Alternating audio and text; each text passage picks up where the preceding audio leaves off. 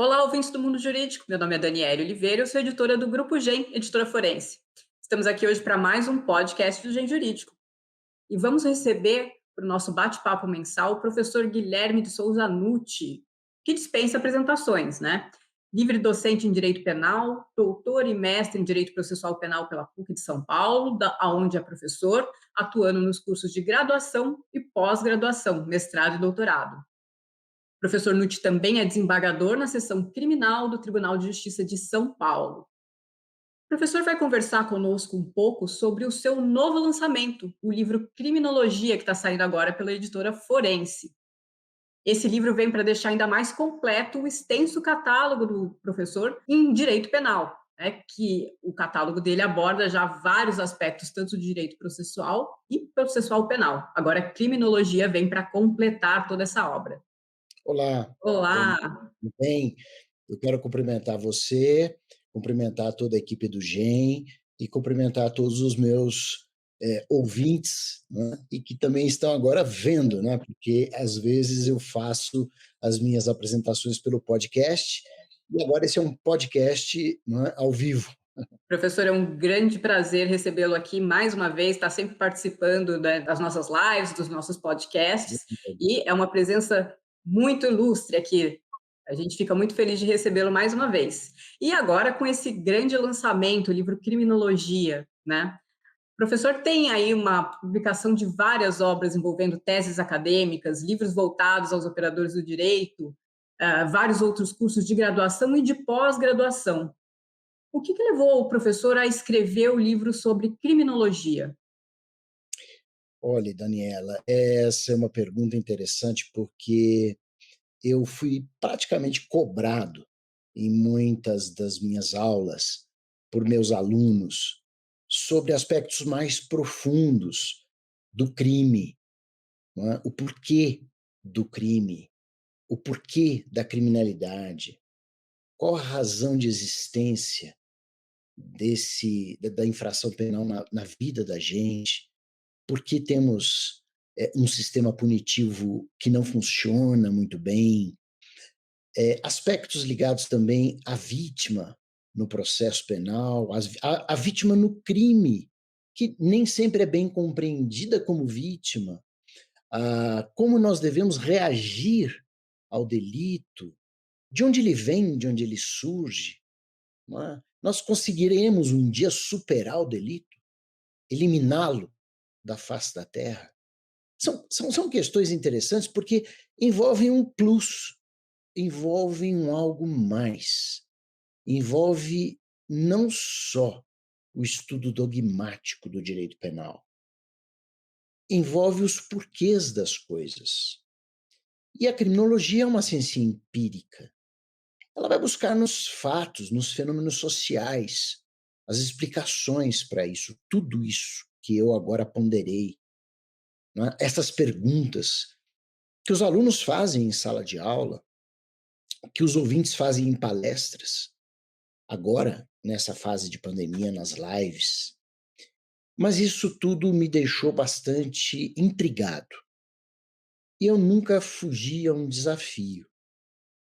Então, vamos derrubar uma biblioteca, vamos ler bastante. E eu acho que nos últimos 2 anos eu me preparei para escrever esse livro.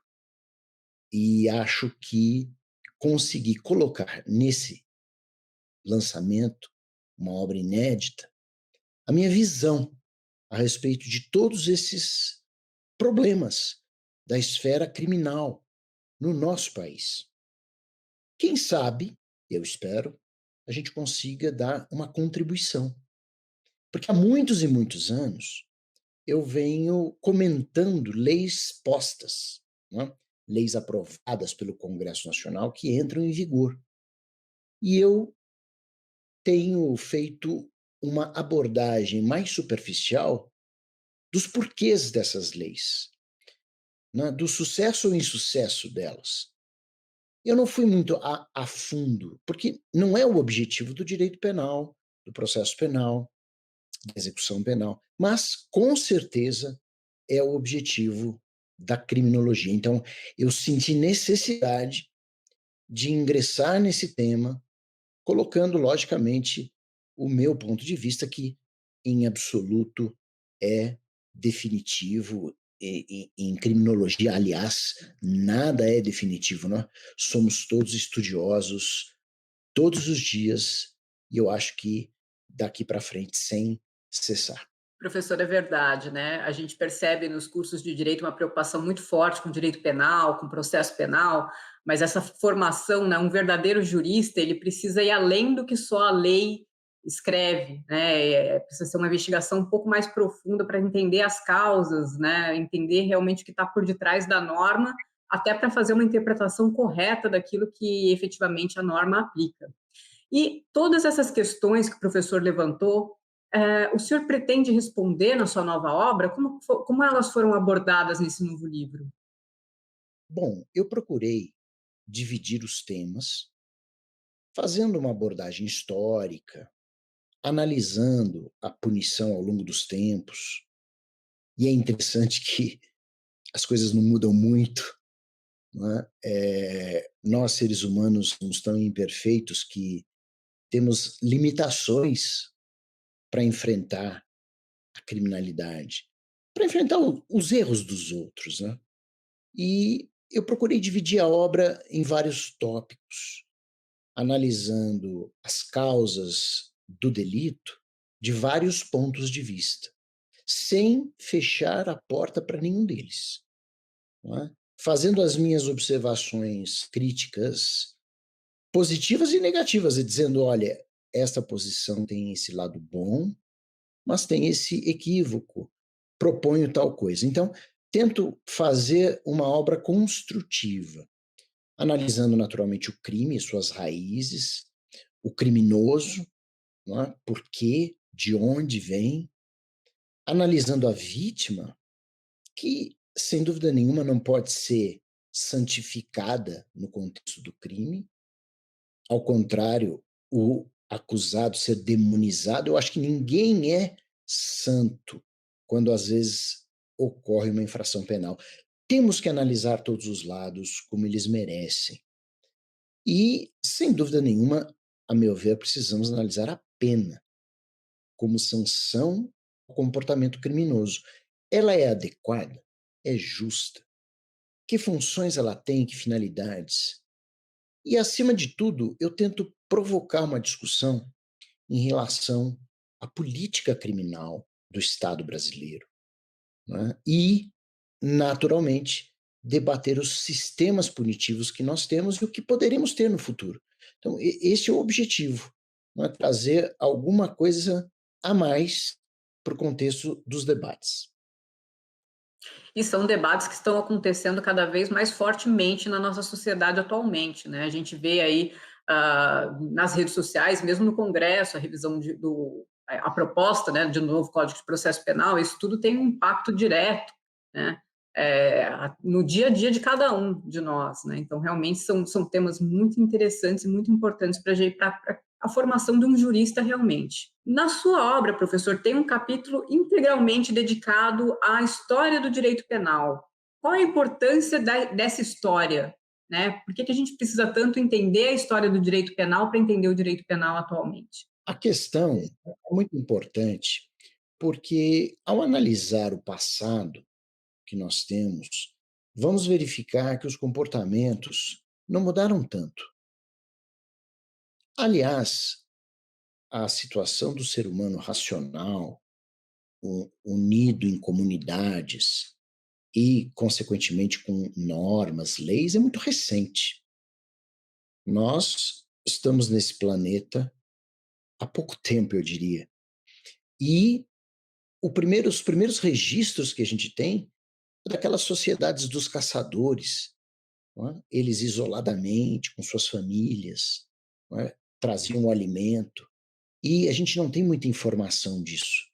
Começam as informações a aumentar o seu número quando surgem as sociedades agrícolas, porque aí as comunidades começaram a se juntar em nome da agricultura e não precisavam mais sair para caçar, a caça era secundária. Agora, quando você coloca várias pessoas numa tribo, não é? Numa união, você começa a perceber problemas. E nota também a fiscalização de uns com relação ao comportamento dos outros.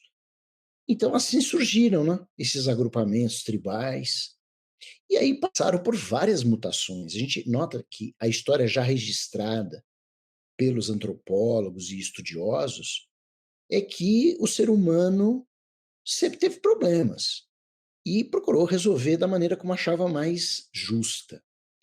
Embora nunca vamos perder de vista que nos primórdios do direito penal, muito do que acontecia era reputado à ira dos deuses, né? Havia uma mistura entre magia e religião, surgiram os totens, os tabus, né? Então, muitas vezes, pessoas eram sacrificadas para acalmar a ira dos deuses quando acontecia alguma coisa errada, possivelmente um crime. Então, a gente vai estudando e vai percebendo que, com o passar do tempo, não é, os seres humanos foram abandonando esse lado divino e foram unindo, não é, as suas próprias tendências para resolver o problema do crime. Vamos imaginar, né, um membro de uma família mata um membro de outra família. Então, resolvia-se na vingança de sangue ou a vingança privada. Aí o membro daquela família matava o desta. E com isso não tinha muito fim. Na realidade, isso era uma bola de neve crescente. E os livros registram que famílias inteiras chegavam a se dizimar, tribos inteiras chegavam a se dizimar com essa história de vingança privada, não é? Ou você mata o meu, eu mato dois dos seus e assim por diante. Então era preciso haver um monopólio punitivo. E é isso que foi um grande passo do direito penal. Quando o chefe do clã, o chefe da tribo, começou a deter nas suas mãos o poder punitivo. Com isso, pararam as vinganças privadas. Mas isso não significa, naturalmente, né, que tudo se resolveu e que nós passamos a ter um direito penal perfeito. Não. Houve um aprimoramento. Agora, estudando sociedades, comunidades de 2, 3 mil anos antes de Cristo, e agora a tendência é falar antes da Era Comum, né, para não haver uma ligação direta com religião, mas enfim, 2, 3 mil anos antes da Era Comum, nós tínhamos determinados postulados interessantes. Às vezes um crime resultava no pagamento de uma multa, e não necessariamente num castigo corporal. Isso já foi adotado em sociedades dos sumérios, 2 mil anos antes de Cristo, dos assírios, 1000 anos antes de Cristo. Encontramos resquícios na sociedade dos hititas, 2000 anos antes de Cristo, de fenômenos ligados à individualização da pena, à responsabilidade pessoal, aquela que não passa da pessoa do delinquente. Então, notem que estudar um pouco da história punitiva mostra que como a sociedade vai e vem, né? Por quê? Porque depois, em outras sociedades, as penas eram extremamente cruéis, desproporcionais. Havia curiosidades, não é, que estudando a gente vai vendo, como, por exemplo, na sociedade egípcia, em determinados locais havia a chamada lei dos ladrões, né? O indivíduo que era furtado tinha o direito de recomprar o que era dele, não é? Pagando um percentual para o ladrão. Quer dizer, são criações, né, da antiguidade que não são muito diferentes de hoje. Não é? Tem gente que faz a mesma coisa. Não é? Prefere, quando encontra o bem furtado, não é, pagar uma comissão ali para o ladrão e receber de volta. Quer dizer, nós não evoluímos tanto quanto imaginávamos. E um dos grandes passos que a gente atingiu foi a proporcionalidade, que não veio necessariamente com as lições iluministas. Elas trouxeram um cabedal mais técnico. Mas quando a gente vê no direito hebraico, a lei mosaica, ou até mesmo a lei da Babilônia, o Código de Hammurabi, nós encontramos ali a proporcionalidade através daquela expressão que todos nós conhecemos, o olho por olho, dente por dente. Isto já é um grande passo, porque antigamente, se você falasse, o fulano furtou uma galinha, não é? E perdeu a vida, você fala, nossa, mas por causa de um furto trocou-se pela vida. Então, quando já se fala no olho por olho, dente por dente, é um avanço, não é? Porque há proporção.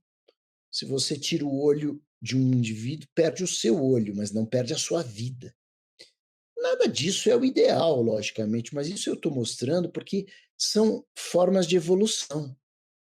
E olhe, evoluímos, passamos da era comum, então pós-nascimento de Cristo, e nós acabamos caindo numa Idade Média que apresentou um direito cruel, um direito penal pesado, um direito penal com castigos corporais, com pena de morte à torto e à direito.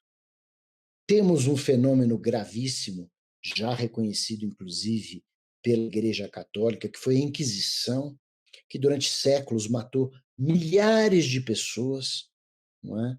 Com um processo inquisitivo que obrigava à confissão, que levava a penas torturantes. Chegamos aos ordalhos, né, os juízos de Deus, aquela ideia de joga uma pessoa amarrada numa pedra na água, não é? Se ela boiasse era inocente, se morresse é porque era culpada. Então, passamos por tudo isso, meus amigos. Nós chegamos a pontos de nem acreditar na humanidade de um ser, quando ele castigava o outro de uma maneira tão violenta. Até que, obviamente, tudo vai se conformando a um pouco mais de civilidade quando a gente ingressa no iluminismo. Não é? O iluminismo é, eu acho, o grande fator que mudou a história do direito penal. Professor, parece que a história ela vive em ciclos, né? E realmente a gente vai evoluindo, depois parece que volta um pouquinho, evolui, volta um pouquinho, mas pela perspectiva retrospectiva que o professor passou, a gente sabe que apesar de não parecer, a gente vai aos poucos avançando um pouquinho, né? E em relação ao iluminismo, quais foram as grandes mudanças que o iluminismo trouxe? Veja, Daniel, os autores todos, de penalistas, os criminólogos, os estudiosos, têm apontado um pequeno livro, não é? De Cesare Bonezana, Marquês de Beccaria, chamado Dos Delitos e das Penas, de 1764, como se fosse um marco na história do iluminismo em matéria penal, porque não que ele trouxesse uma verdadeira declaração de direitos humanos fundamentais. Não era para isso, né? Ele se indignou com uma condenação que ele considerou injusta, porque ele não era penalista, não era estudioso dessa área, e resolveu escrever a respeito. Iluminado certamente estava, e conseguiu trazer grandes novidades para a época, tanto que o livro foi publicado em anonimato, para ele não sofrer nenhuma represália. E ele trouxe determinados fatores interessantes até hoje. Ele fala do princípio da legalidade, ele fala que uma prisão esperando o julgamento não pode ser tão demorada. Ele fala, inclusive, que não se precisaria decretar uma prisão preventiva se não fosse por razões sólidas, como a fuga de uma pessoa. Ele não gosta da interpretação que os juízes davam da lei, porque ele achava que isto abria demais o princípio da legalidade. Ele queria que os juízes cumprissem a lei tal como posta. Ele afirmava que a pena de morte era inócua, que a vida era indisponível e por isso não podíamos matar uma pessoa.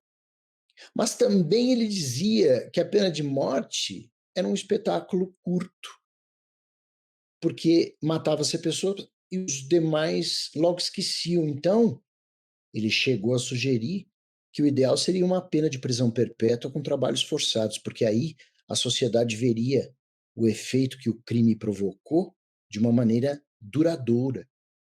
Então veja que não era, evidentemente, um grande tratado de direitos humanos, mas ele trouxe ideias para o contexto de direito penal, não é? Ideias mais organizadas de um direito mais civilizado, sem dúvida nenhuma. Fala ele da responsabilidade pessoal, fala da necessidade da proporção das penas. Isso tudo foi utilizado por outros, obviamente, autores iluministas, que trouxeram um avanço muito grande para o contexto do direito penal.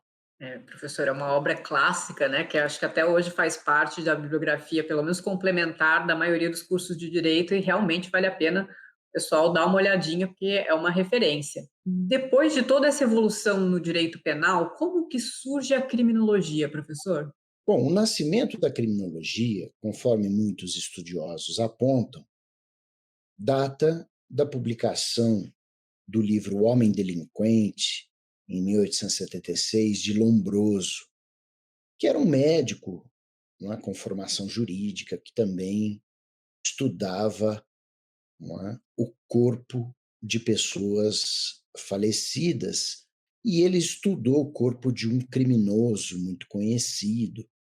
Dali ele tirou conclusões pela estrutura craniana, fez comparações com outros corpos, e acabou criando uma tese em torno da qual o homem nasceria delinquente, por atavismo, por ligações, não é, com a sua primitividade. Então, se o homem nasce delinquente, não precisa esperar que ele cometa um crime. Não é? A gente, pela conformação física que ele apresente, poderia já aplicar uma medida preventiva, isolando aquela pessoa antes dela cometer o delito. Logicamente, no começo a tese fez sucesso e tudo mais, né? Porque parecia, né, alguma coisa cientificamente comprovável, mas logo se percebeu que isso não era a realidade. Então, o positivismo, né, desta escola fez nascer esses estudos empíricos, que é o cerne, né, da criminologia. Não ser uma ciência dogmática, mas empírica.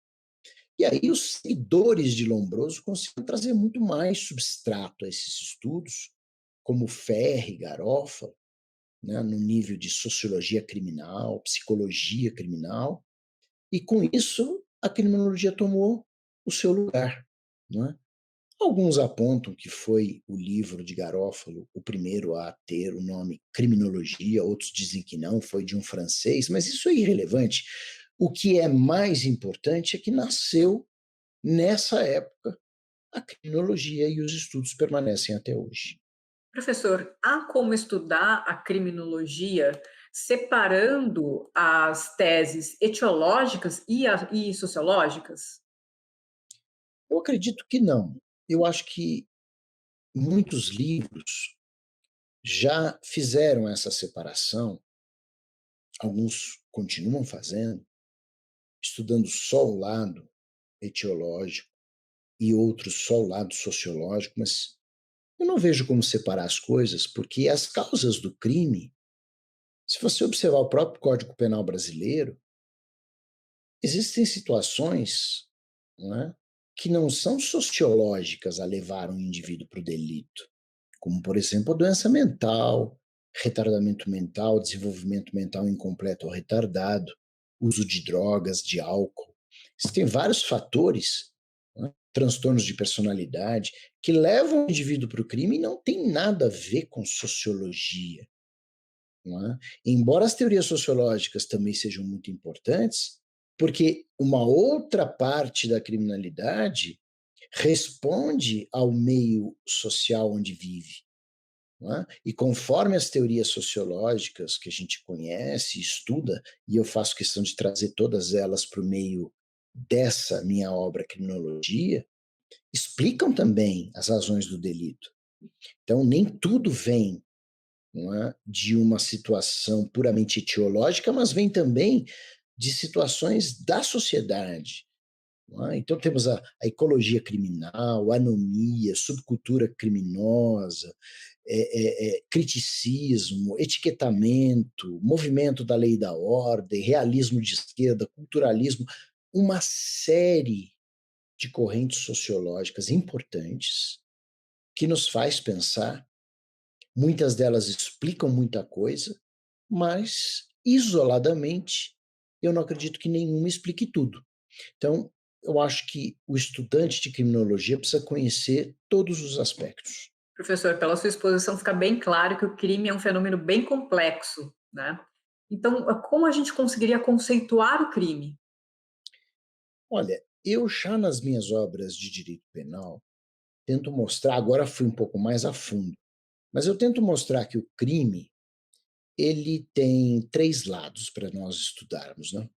O crime no seu conceito material, que é aquilo que a sociedade considera como a lesão mais grave a um determinado direito e que merece como punição a pena, que é a sanção mais grave do ordenamento. Então, o conceito material é o conceito que brota da sociedade. É aquilo que a sociedade clama que seja crime. Esse é o conceito para a criminologia estudar. Esse é o conceito que eu levei para a obra Criminologia. Os outros 2 eu estudo na obra de direito penal. Conceito formal de crime, que é o conceito estampado em lei, conceito analítico de crime, como a ciência dogmática analisa o crime, um fato típico, antijurídico, culpável, etc. Então, essa discussão dogmática não tem na obra Criminologia. Aqui eu procurei entrar mais profundamente no conceito material de crime. E dei vários exemplos de como um crime nasce. Lógico que sabemos que há os crimes que nascem artificiosamente, porque um deputado colou uma lei de outro país, não é, e trouxe para o ordenamento brasileiro, acaba não funcionando, ninguém aplica. Mas existem coisas sérias que acontecem no dia a dia e que trazem para o direito penal modificações importantes. Vocês vejam manifestações racistas, crimes de ódio, isso está trazendo para o direito penal modificações importantes. Temos também crimes sexuais contra crianças, contra adolescentes, que provocaram já várias mudanças na lei penal, advindas do reclamo social. Vocês vejam os furtos e roubos com emprego de explosivo, coisa que não havia no Brasil, começou a haver de um tempo para cá. Cidades pequenas eram praticamente tomadas, né, por quadrilhas que explodiam bancos. Isso entrou para o direito penal, não é? Como um delito grave, com penas mais rigorosas. Vejam que determinadas atitudes de pessoas com transtornos, evidentemente, de personalidade no campo sexual, permitiram ingressar 2 tipos penais novos: a importunação ofensiva ao pudor, do artigo 215-A, e a exposição da intimidade sexual de uma pessoa, no artigo 216-B. Isso foram fatos da vida real que levaram à criminalização. O que faz um criminólogo se não estudar isso? De onde vem o crime? De onde surgiu esse artigo 215-A e o 216-B? Então, eu aponto no livro exatamente os casos, não é? Por que o legislador se sensibilizou e assim por diante. Então, acho extremamente relevante estudarmos o conceito material de crime no contexto criminológico. Professor, acho que essa é uma das grandes perguntas da criminologia, né? Como surgem os crimes? E é o direito que vai aos poucos se amoldando aí as necessidades sociais. Uma outra grande pergunta que a criminologia pretende responder seria: por que o criminoso pratica o ato proibido pela lei penal? A qual conclusão o professor chegou?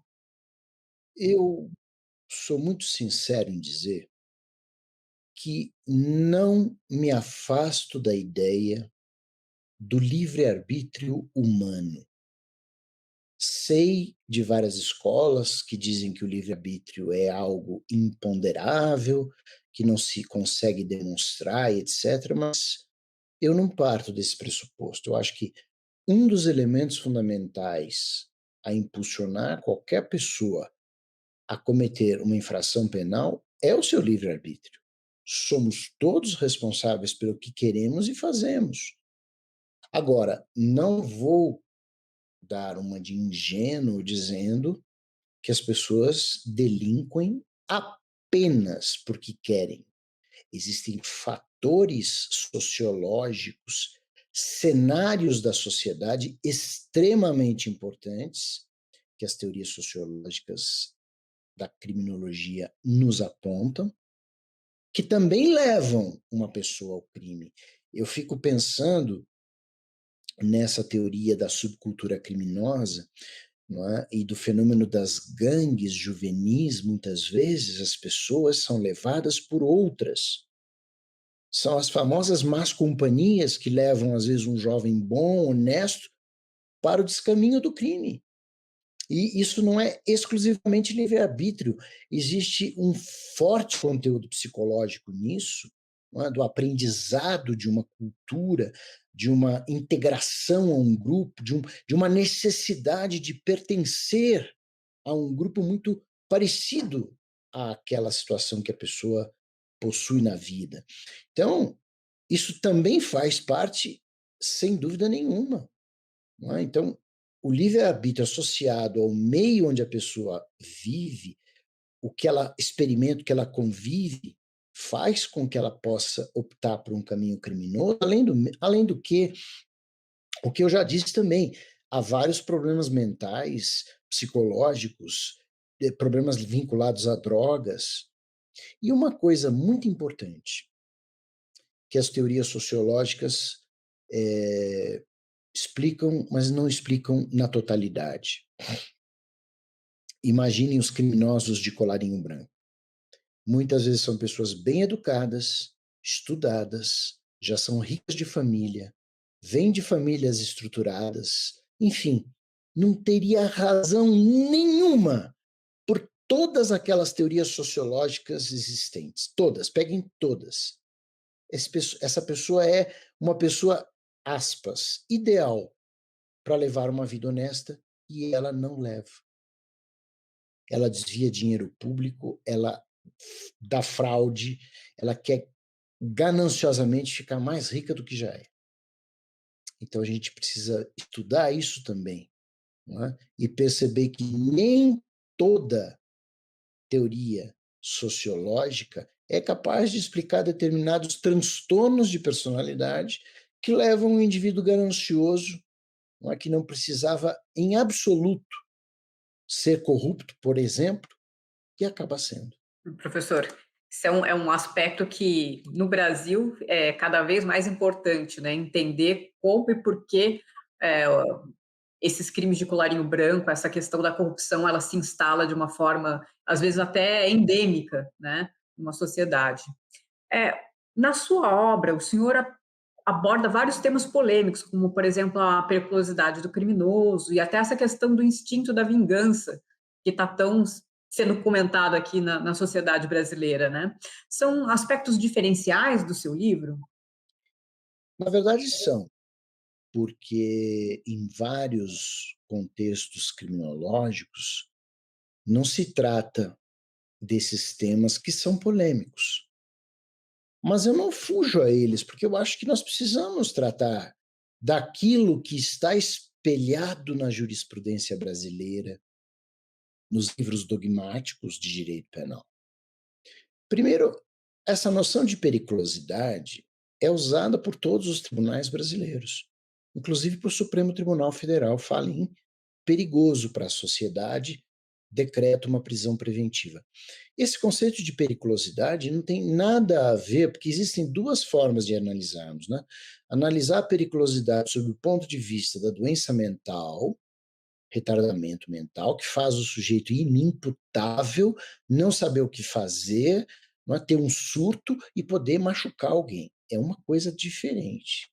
Essa pessoa vai ser tratada e a ele será aplicado medida de segurança. Agora, se nós olharmos o outro lado da periculosidade, é o que já dizia Nelson Hungria há muitos anos, é um estado duradouro de antissociabilidade, que hoje, não é? Psiquiatria forense explica com mais clareza, é um transtorno de personalidade antissocial, uma pessoa agressiva, arredia ao convívio social, às normas sociais, recusa-se a seguir regras, não é?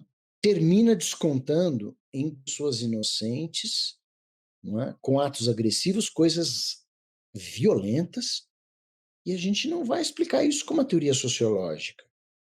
Nós tivemos há uns anos atrás um indivíduo que entrou com uma metralhadora num cinema e metralhou a plateia. Era um estudante de medicina, de classe média, um indivíduo aparentemente normal, não é? De família estruturada, e que fez o que fez. Foi feito exame de sanidade e ele foi considerado saudável, mas com personalidade antissocial. Esse indivíduo perigoso. À época, se ele depois, não é, foi preso, teve ou não ressocialização e não voltou a delinquir, ótimo para todos nós. Mas nós não podemos perder esse aspecto do caráter de periculosidade de pessoas normais, porque a jurisprudência trata disso, os livros também. Aliás, a lei trata disso quando ela fala no artigo 83 para conceder livramento condicional para quem praticou crime com violência ou grave ameaça, é preciso constatar condições pessoais que façam presumir que o liberado não voltará a delinquir. Então, existe um exame de periculosidade para uma pessoa normal, não é para um doente mental. E digo mais, trabalhando agora no tribunal, conhecendo vários recursos, eu tenho visto situações, por exemplo, de periculosidade em níveis totalmente diferentes de criminalidade.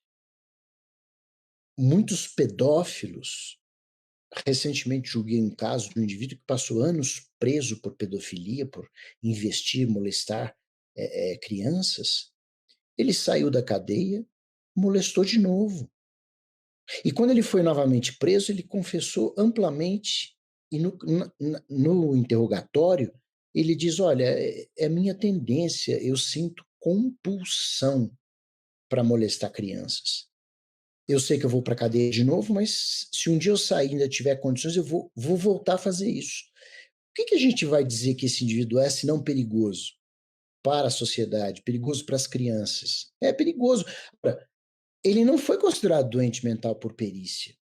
Não se aplicou medida de segurança, aplicou-se pena. Quando essa pena termina, ele volta. Não quer dizer que ele volte em estado perfeito. Pode ser que continue perigoso. Eu também julguei no tribunal do júri vários matadores de aluguel, chamados justiceiros, vigilantes, enfim, milicianos, cada um dá o nome que quiser, mas são pessoas que matam outras pessoas sem o pingo de remorso. E não tem exame de insanidade mental que diga o contrário, que diga assim, não, coitado, ele é doente. Não, não é doente, não. Cidadão perigoso, maldoso, sádico. Muitas vezes ouvi no interrogatório o indivíduo falando, não matei mesmo, doutor, matei, era tudo vagabundo. Merecia morrer, e se eu sair da cadeia, mato de novo. O que você fala que esse indivíduo é? Um indivíduo perigoso para a sociedade. O que você vai fazer? A vida é essa. Esta é uma realidade que eu procuro mostrar no livro. E quanto ao efeito vingança, é uma questão tão delicada porque as pessoas julgam muito a tal da vingança como uma situação negativa, né? Ah, fulano é vingativo, como se isso então fosse um julgamento moral depreciativo, não é? Porque a vingança é uma desforra, não é? É uma vindita, é uma compensação íntima que aquele que sofreu o mal experimenta quando ele percebe que o mal foi transmitido a quem o fez. Quer dizer, é uma satisfação interior, não é? De estar compensado porque o outro foi para a cadeia, porque o outro experimentou alguma coisa semelhante. A gente pode até dizer que isto moralmente não seria admissível, porque afinal de contas a vingança não tem um propósito regenerador. A vingança tem um propósito de compensação íntima de quem sofreu com aquela agressão ou aquela violência. Mas o direito penal, meus amigos, não é religião. Direito penal é uma ciência. O direito penal é dogmático. O direito penal é legal e consolida a civilidade em sociedade. Portanto, quando a pena é aplicada, a gente não pode pensar que ela o é por ser uma vingança estatal, de jeito nenhum. Mas também a gente não pode julgar a vítima se ela se sentir vingada. Então, o que eu defendo com todas as letras é que não há que se julgar as pessoas, nem o criminoso, nem a vítima. Então, a vingança é algo que, embora no nível ideal, no nível mais avançado, não é? Espiritualmente falando, de tolerância, fraternidade, solidariedade, ela não deveria existir, mas ela existe. E nós não podemos exigir que as pessoas sejam todas, não é? Seguindo a mesma cartilha, todas sejam compromissadas a não sentir um sentimento vingativo. Aliás, é interessante observar que em muitos livros de direito penal, nós encontramos exemplos, não é, do fulano, não é, o pai que matou o estuprador da filha pequena, de tenra idade, como motivo de relevante valor moral.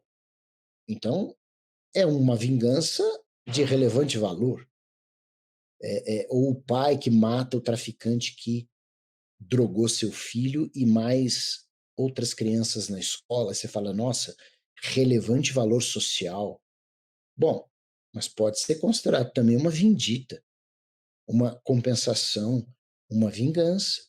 Então não podemos julgar as pessoas.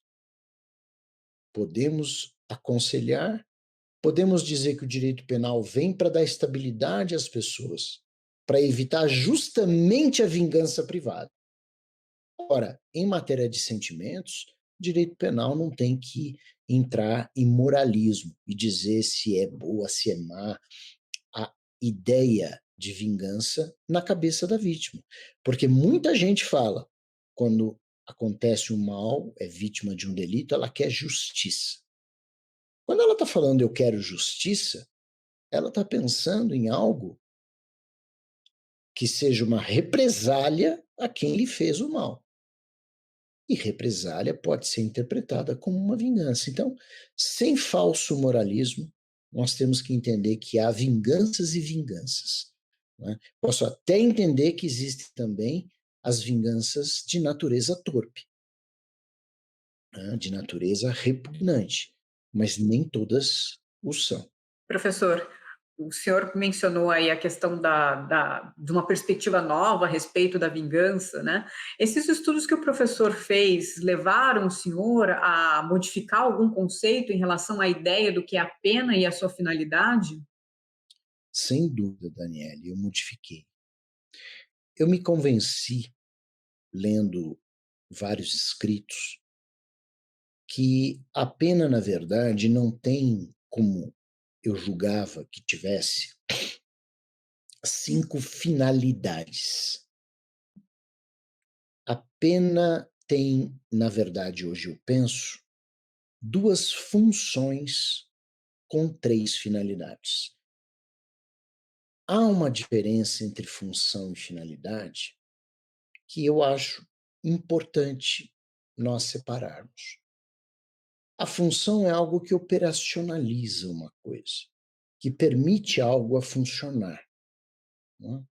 Então, eu posso pensar na pena com uma função retributiva, não com a finalidade de retribuir, mas com a função retributiva positiva. Retribuições que são proporcionais ao que foi feito de errado são dadas em todos os ramos do direito.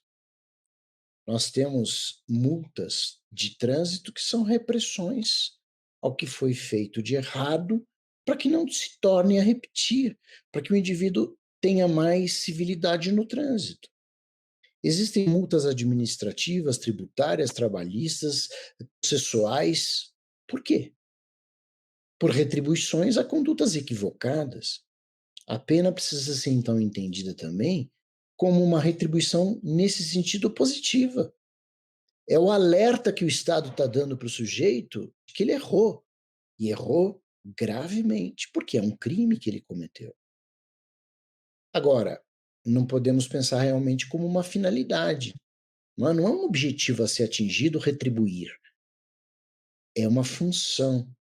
Porque conforme esta pessoa for receptiva à retribuição, ela não vai mais delinquir. E a outra função que me parece bastante interessante é reeducativa, ressocializadora, que antes eu também via como uma finalidade, mas hoje eu estou convencido de que não se pode obrigar uma pessoa, então seria a finalidade da pena é que ela se reeduque. Bom, nós estamos tratando bem ou mal de um adulto, né? Uma pessoa madura, mentalmente saudável.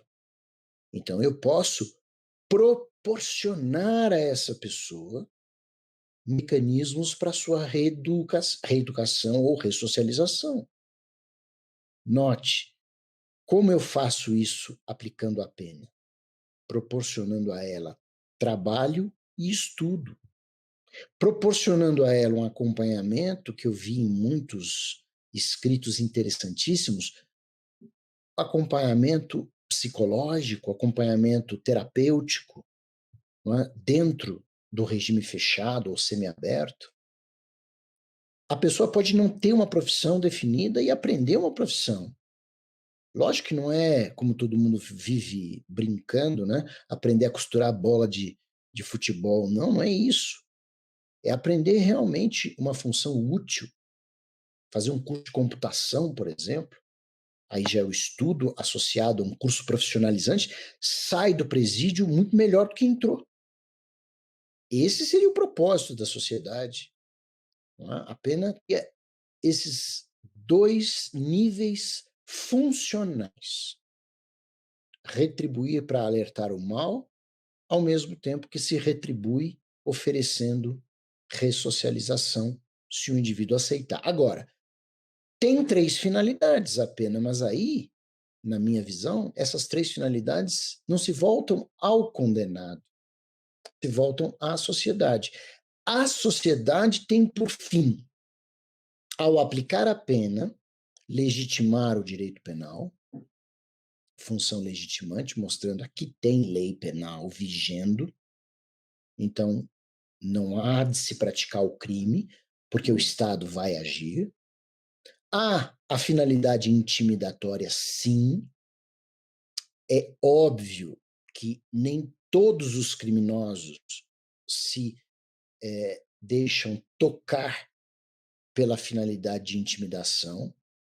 Não é porque existe pena de morte num país, como os Estados Unidos, que uma pessoa deixa de matar a outra. Mas eu garanto, por uma questão de bom senso, que muitas pessoas se sensibilizam sim pela existência da pena. Acredito que se nós não tivéssemos nenhuma pena para homicídio, várias pessoas que hoje se seguram para não resolver a coisa com o seu adversário no braço e, consequentemente, no homicídio, passariam a fazer. Não são só freios morais que tiram uma pessoa do crime. Eu acredito, sim, que parte da sociedade, não toda ela, sofre o efeito intimidatório da pena, sabendo que alguma coisa é crime, deixa de praticar. Muita gente. E um dos efeitos que eu vi isto acontecer na época, quando o porte de arma era uma mera contravenção penal, a gente via crimes absolutamente banais acontecerem todos os dias. Discussão de trânsito terminava em morte, porque os dois estavam armados. Quando saiu a primeira lei de arma, em 1997, eu estava no tribunal do júri, eu me lembro de um delegado ter falado para mim: olha, doutor, impressionante, eu fiz uma batida no fim de semana, não tinha ninguém armado nos lugares onde eu fui, porque a lei tinha acabado de entrar em vigor. Aí vocês vão me dizer: ah, professor, mas depois de um tempo as pessoas voltam a andar armadas. Algumas, há outras pessoas que andavam armadas porque sabiam que era uma contravenção, no máximo paga uma multa, pararam de andar. Como tem muita gente que hoje não usa uma arma sem autorização da Polícia Federal, por medo da pena. Então, eu acredito sim no caráter intimidatório, não é o único, mas faz parte. E, finalmente, o caráter protetor. Não é? A pena é uma proteção para a sociedade quando estamos diante de um indivíduo perigoso. Imagine um assassino serial, já matou várias pessoas, como um matador de aluguel, tem que ser retirado da sociedade, é simples assim, olha, nós não temos outro meio mais eficiente. Então, a pena tem duas funções em relação ao condenado, mas ela tem três finalidades em relação à sociedade. Professor, a gente conversou bastante sobre o criminoso, o crime, né? Mas como fica a questão da vítima? Sabe que a vítima é muitas vezes incompreendida e outras vezes é santificada. Eu acho que nós precisamos analisar a vítima com mais imparcialidade. Vítima é vítima. Em primeiro lugar, vítima não é criminoso. Então não vamos também glorificar o criminoso em detrimento da vítima. Primeira coisa. Agora, o próprio Código Penal, no artigo 59, na reforma que houve em 84, diz que o juiz, ao fixar a pena, deve levar em conta o comportamento da vítima. Porque há vítimas provocadoras, há vítimas terríveis de temperamento, vítimas também com personalidades antissociais. Ora, nós temos no Código, até mesmo lá no homicídio, um privilégio para quem mata quando foi injustamente provocado pela vítima e ficou violentamente emocionado. Então vejam, a vítima também pode colaborar para o crime, como temos que olhar aquela vítima que é extremamente vulnerável. E o legislador faz isso. Quando ele dá agravantes para quem comete crime contra criança, idoso, mulher grávida, pessoa enferma, são os olhos do direito penal na vítima. Então, pelos dois lados, é preciso imparcialidade para conduzir a vítima. Ela não é uma coitadinha, 100%, e ela também não é causadora 100%. Então, se a gente conseguir o meio termo para olhar para a vítima tal como um ser humano que é extremamente importante. Eu até acho que, junto com isso, nós temos que acrescentar que a sociedade, nos crimes vagos, aqueles que não têm uma vítima determinada, como tráfico de drogas, tráfico de armas, não é? São exemplos, né? A sociedade também não é culpada pelo crime. A sociedade, como um todo, não é provocadora de crime. Aí eu pego teorias sociológicas para explicar que contextos sociais levam ao crime. Mas não podemos culpar a sociedade como um todo porque um determinado indivíduo resolveu matar o outro. Assim como e o Estado. Alguns tentam imputar ao Estado a culpa pelo crime ou uma corresponsabilidade, como se queira chamar. O Estado pode realmente deixar enfraquecida uma parte vulnerável da sociedade, que pode passar fome, pode ter necessidades, pode não segurar a sua necessidade de partir para um roubo, para um furto, mas ele não é o criminoso. A gente tem que separar bem as coisas. E uma das situações que eu exponho nesse meu trabalho é que, meus amigos, vamos ponderar, no mundo inteirinho, que é uma questão de observação. existem aqueles que querem confundir, né, a pobreza com a criminalidade. E aí, lógico, fazem isso para querer imputar ao Estado a culpa, né? Então, o Estado gera a pobreza e a pobreza gera o crime. Não.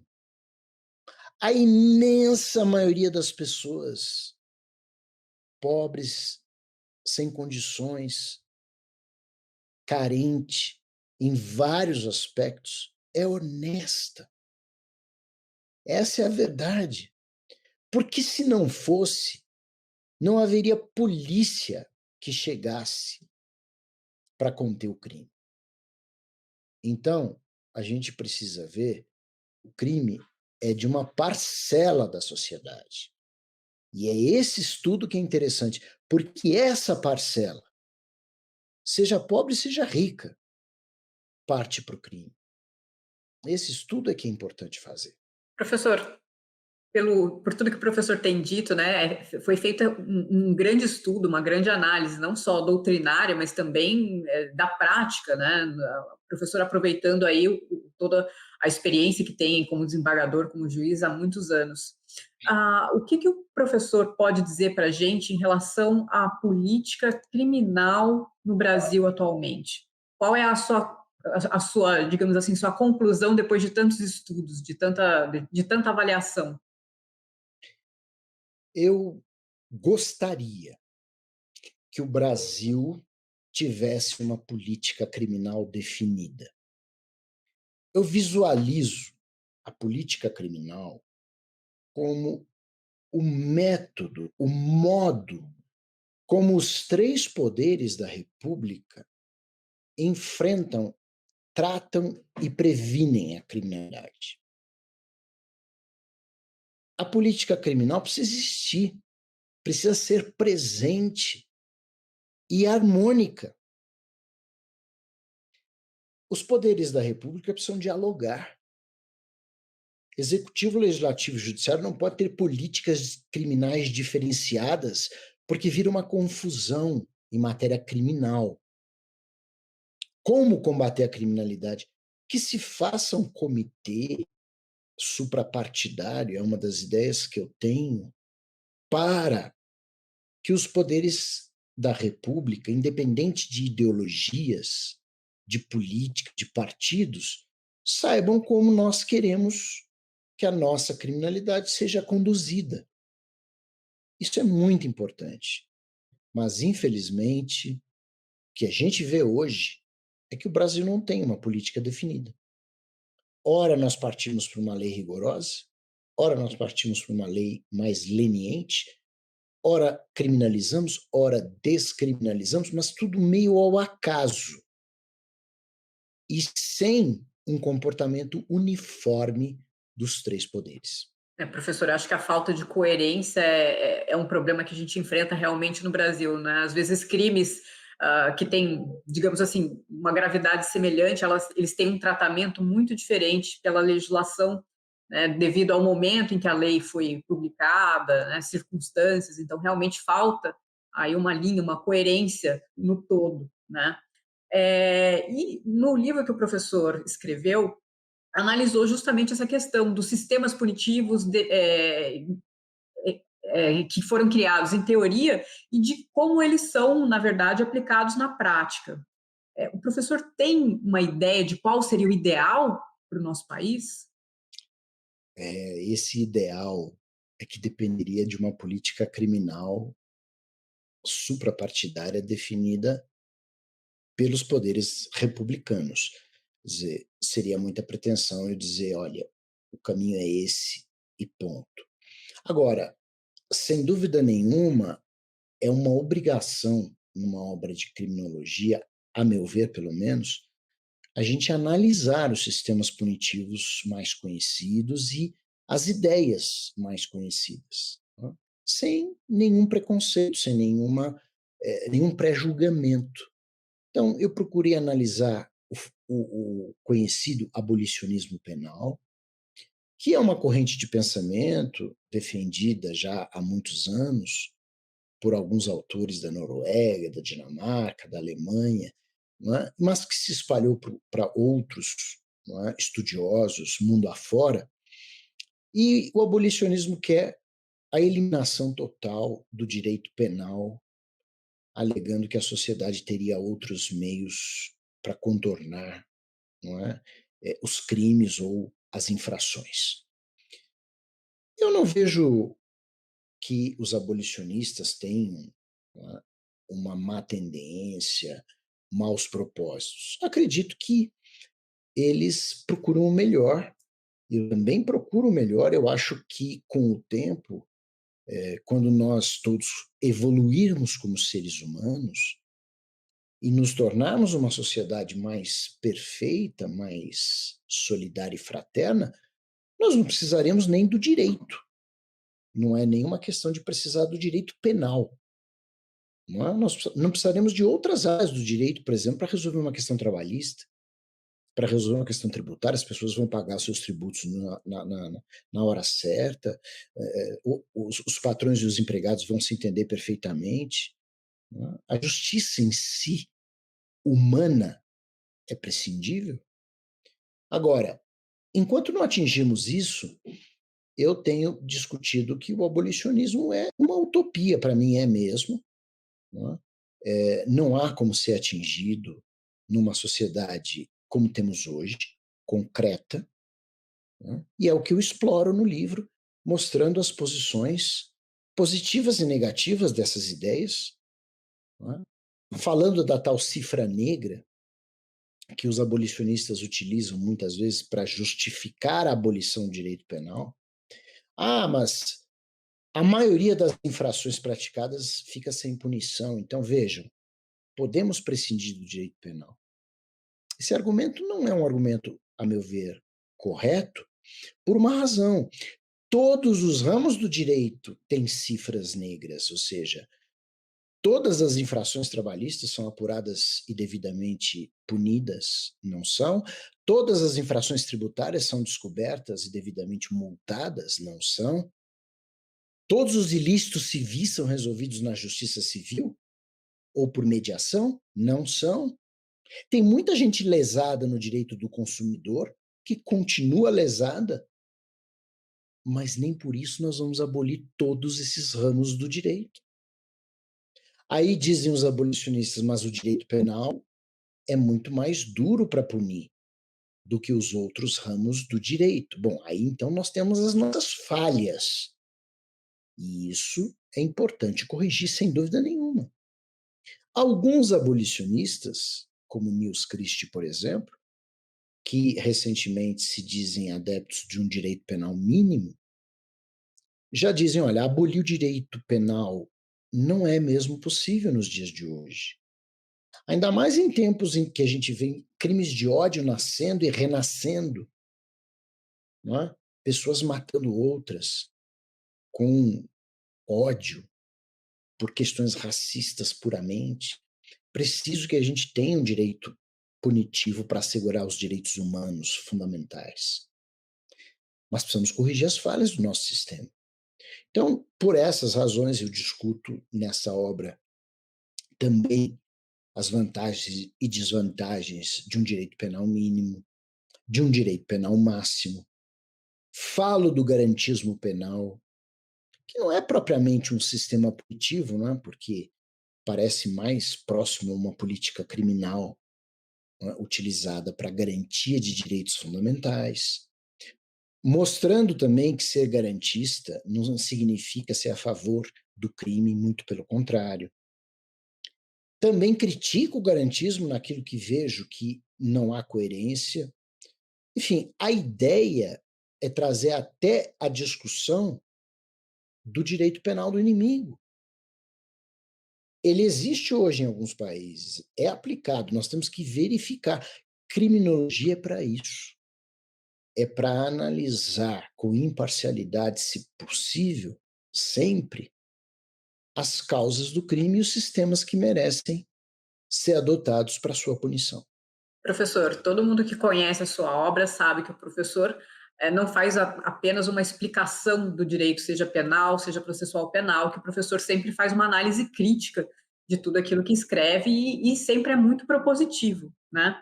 Nesse livro, quais seriam as suas propostas apresentados para aperfeiçoar o direito penal brasileiro? Bom, são várias, né?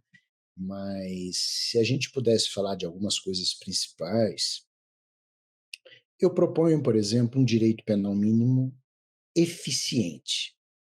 Eu até dou esse nome eficiente, porque não é simplesmente descriminalizar tudo, ou pelo menos quase tudo. Nós temos que descriminalizar muita coisa. Muita coisa que os próprios operadores do direito sabem que não são utilizadas mais. Por exemplo, toda a lei de contravenções penais já poderia virar uma lei administrativa. Aquelas condutas poderiam ser punidas por multas. Aliás, muitos crimes que estão no Código Penal e em legislação especial punidos com multa alternativa, né, da pena de prisão ou multa, também poderiam já ser transformados em infrações administrativas punidas por multa. Meus caros, muitas vezes as pessoas odeiam pagar multas acima de tudo, porque mexe com o bolso. Pagar multa ninguém gosta. É certo que ninguém gosta de ir para a cadeia também, lógico. Mas hoje pensem bem, se você punir uma pessoa com 1 mês de detenção em regime domiciliar ou pagar R$ 100.000 de multa, e vamos pensar numa pessoa de classe média, eu acho que muitas dessas pessoas vão preferir 1 mês de prisão domiciliar. 1 mês que você não pode sair de casa. É melhor ou pior do que você tirar R$ 100.000 do seu patrimônio, vender um carro, vender uma casa para pagar a multa? Pense.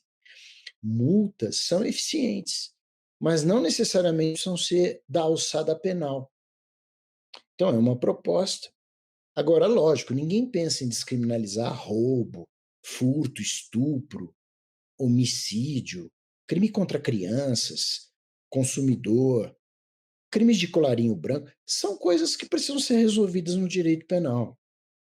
Mas podemos, sem dúvida nenhuma, se o Congresso Nacional quiser, fazer uma operação pente fino na legislação penal brasileira.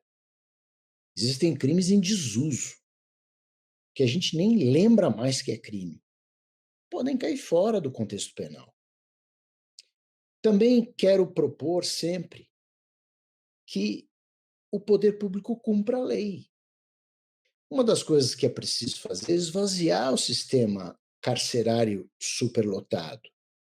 E quando eu falo superlotado, é importante que a gente veja o aspecto de insalubridade do sistema.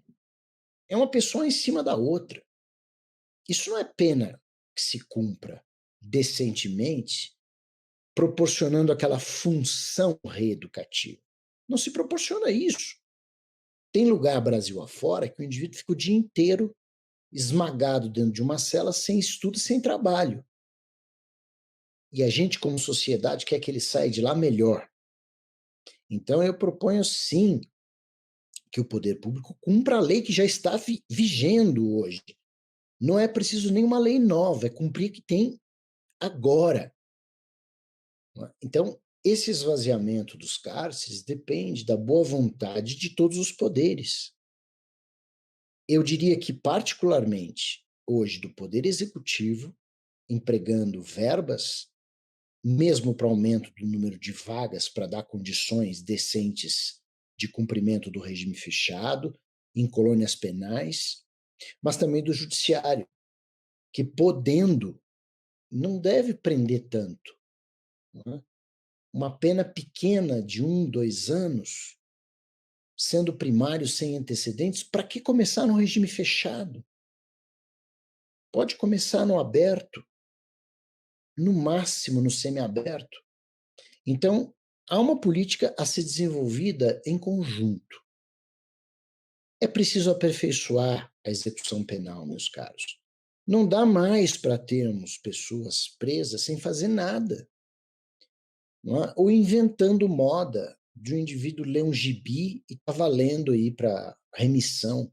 É preciso conceder estudo para essa pessoa, oportunidades reais de aprimoramento pessoal. Não dá mais para brincar de cumprir pena, não é? Ou dar remissão para qualquer coisa. Então, trabalho é importante, porque trabalho dignifica as pessoas, qualquer trabalho. Eu vejo muitas vezes presídios, e isso há muitos anos é uma tendência, fechando cozinha, fechando lavanderia, fechando lugares que eram postos de trabalho dos próprios internos, que ganhavam remissão e trabalhavam, se ocupavam. Aí diz, mas é mais barato terceirizar.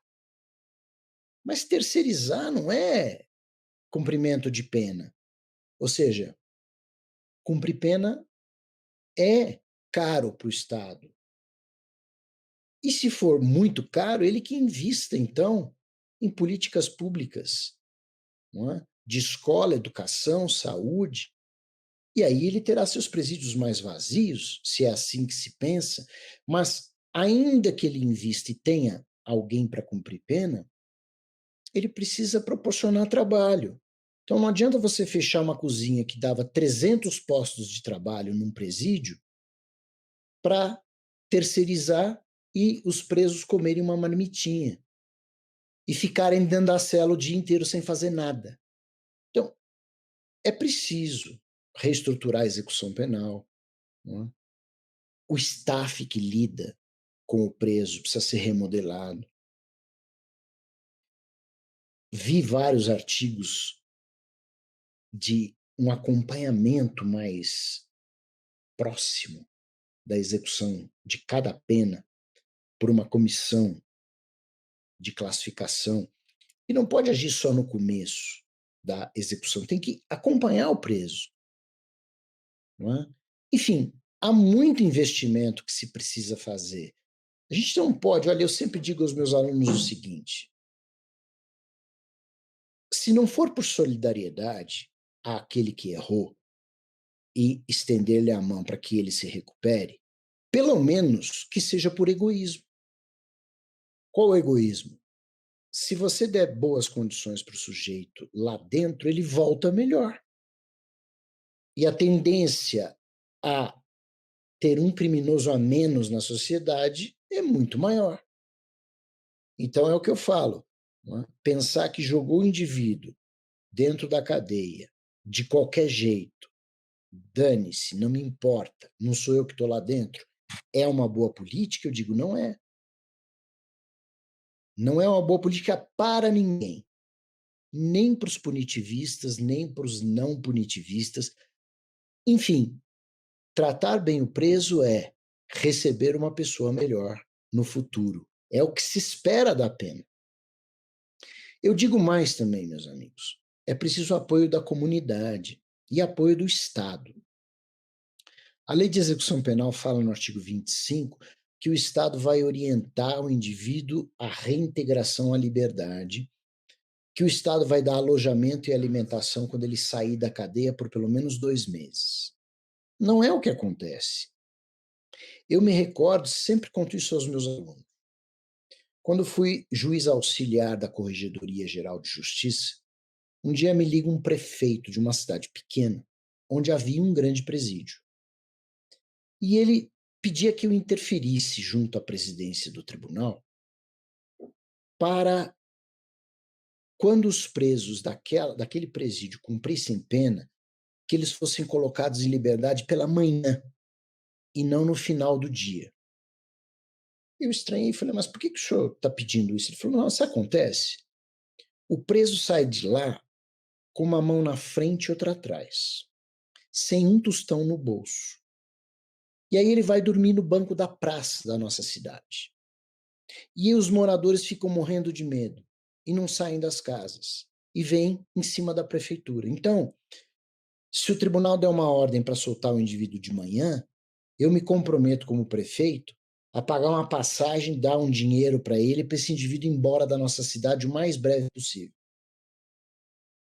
Ora, é uma situação horrível, não é?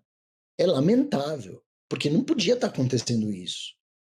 Se um sujeito passou 10 anos encarcerado, como é que ele sai da cadeia com uma mão na frente e a outra atrás, sem ir para um alojamento, pelo menos por 2 meses, com acomodação, alimentação e mais, com a intermediação do Estado para ele conseguir um emprego?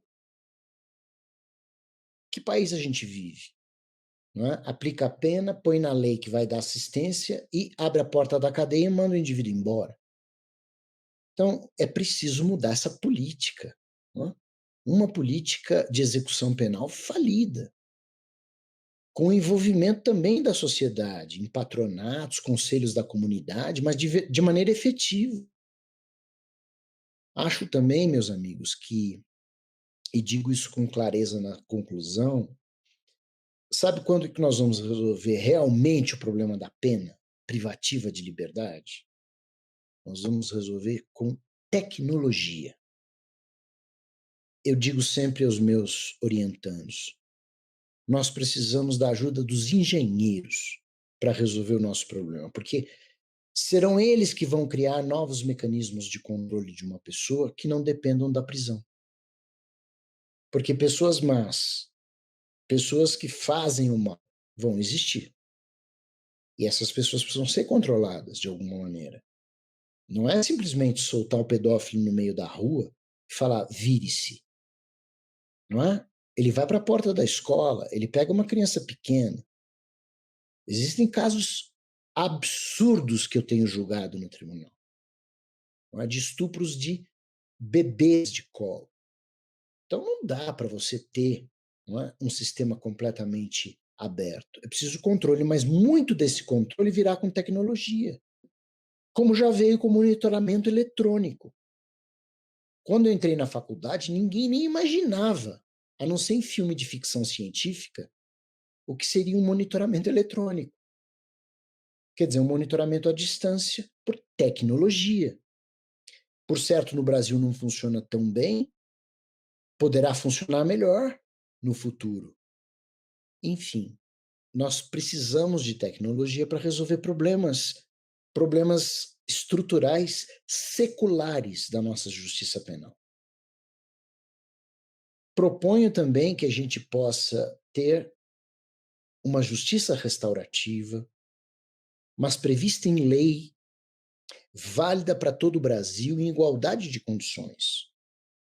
Hoje a gente tem a resolução do CNJ incentivando a justiça restaurativa, que seria uma forma, não é, de uma conciliação, no fundo, né, entre as partes envolvidas no crime. Em última análise, é isso. Mas essa restauração não pode ser ao acaso. Na comarca A tem justiça restaurativa, na comarca B, que é do lado, não tem. Então o réu da comarca A não responde por nada punitivo, né? Ele se reúne com a vítima e pronto, ambos se restauram, e na comarca B ele vai para a cadeia, quer dizer, aí não dá. Né? Aí nós temos 2 pesos e 2 medidas. Então, uma justiça restaurativa que seja prevista em lei, válida para todo o Brasil, com, logicamente, polos de teste, para ver se dá certo. Porque nós não podemos obrigar a vítima a perdoar o agressor. É uma restauração de relações, não é uma imposição. Outro ponto, meus amigos, são mais 3 pontos fundamentais. O primeiro deles é a guerra às drogas. Uma guerra estranha, uma guerra que nós estamos enxugando gelo.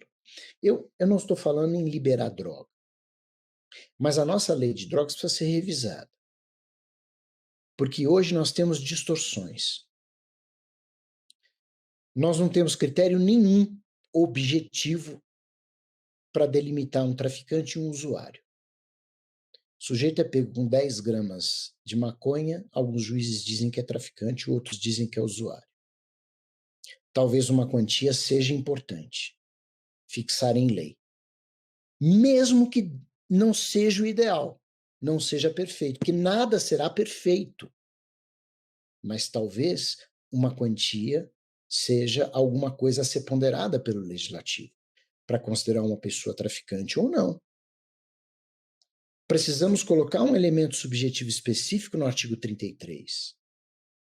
Trazer consigo substância entorpecente com a finalidade de comercializar, distribuir, lucrar. Não tem essa finalidade. Ao contrário, é no usuário que tem a finalidade. Trazer consigo para consumo pessoal. O que, na prática, a meu ver, pelo menos, obriga o usuário a provar a finalidade. Ao traficante não se prova nada. Quem está com droga é presumidamente traficante e às vezes não é. Então, eu proponho mudanças legislativas na lei de drogas, além de, obviamente, o Estado fixar uma política de drogas de uma vez por todas, né? Vai liberalizar, não vai? Vai regulamentar, não vai? Em que ponto? Isso precisa ser debatido. Mais de 50% dos presos hoje, não tenho dúvida, são casos de drogas. Então é preciso uma política mais eficiente do que nós temos hoje. Eu falei que eram 3 pontos, agora vem o segundo. O segundo é a impunidade. A impunidade, já dizia Beccaria, é pior do que uma pena mal aplicada, ou do que não encontrar o culpado. Porque muitas vezes no Brasil nós temos o culpado ali e não temos um processo eficiente. Nós temos uma investigação precária e um processo pior ainda. Então, a impunidade não é só não achar o indivíduo, isso é um problema também, mas é ter uma precariedade investigatória e uma precariedade judicial que leva a erros judiciários. Então, precisamos corrigir isso. Impunidade realmente pode ser pior, não é, do que uma pena mal aplicada. E eu digo, como último ponto, meus caros, é preciso igualdade nas coisas, nas penas, harmonização. O legislador brasileiro precisa urgentemente harmonizar o direito penal, como um todo. Vou dar só um exemplo. Nós temos o crime de maus tratos no Código Penal. Maltratar um ser humano é uma pena de detenção de 2 meses a 1 ano ou multa. Vamos para a Lei Ambiental 9.605. Maus tratos a animais em geral já é uma pena de detenção de, no mínimo, 3 meses a 1 ano e multa. Então, vejam, para o ser humano maltratado, é 2 meses ou multa. Para o animal maltratado, são 3 meses e multa, cumulativo. E agora nós tivemos, não é, o ápice da desarmonia, o ano passado, maltrato a cães e gatos, que, lógico, merecem toda a proteção, mas maus tratos a cães e gatos, reclusão de 2 a 5 anos, mais multa, mais perda da guarda do animal. Quer dizer, se o sujeito maltratar a criança, não perde a guarda. Se maltratar o gato, perde a guarda. Se maltratar a criança, 2 meses ou paga uma multa. Se maltratar o cachorro, pega 2 anos de reclusão. Não é um direito penal sério. Não é. Simples assim. Então, o princípio da proporcionalidade foi para o espaço. Se a sociedade considera justa a pena de 2 a 5 anos de reclusão para os maus tratos a cães e gatos, é urgente, então, que se reveja a pena de maus tratos a seres humanos. É uma questão mais do que lógica. Então, são essas, meus amigos, dentre outras várias propostas bem concretas que eu trago nessa obra Criminologia, e, obviamente, não com o intuito de fechar a questão, mas com o intuito de provocar reflexão nas salas de aula para os estudantes de direito penal, de criminologia, de execução penal, e para os operadores do direito, né, que possam contribuir com os poderes da República nesse aspecto. É isso. Professor Nutti, muitíssimo obrigado por essa verdadeira aula, né, de criminologia, de direito penal, de processo penal. O Brasil, nesse momento, realmente tem muitas discussões nesse respeito e eu acho que esse estudo do professor só vem a contribuir para qualificar ainda mais essas discussões que a sociedade vem aí ao longo dos últimos anos debatendo. Muito obrigado, viu, Daniele, pela sua participação. Obrigado aí ao GEM e à Editora Forense e todos os seus profissionais que estão envolvidos nesse nosso podcast especial. Muito obrigado, estou à disposição sempre. Muito obrigada, professor. Bom, e você, ouvinte, se gostou, não esqueça de recomendar o nosso podcast para um amigo ou para uma amiga. Vamos aumentar o espaço da nossa podosfera. E aos meus ouvintes, né, o meu forte abraço, que vocês possam obter, se possível, algumas ideias para a reflexão de cada um. E todos juntos, né? Vamos remodelando aos poucos o direito penal brasileiro. Muito obrigada, professor. Até mais.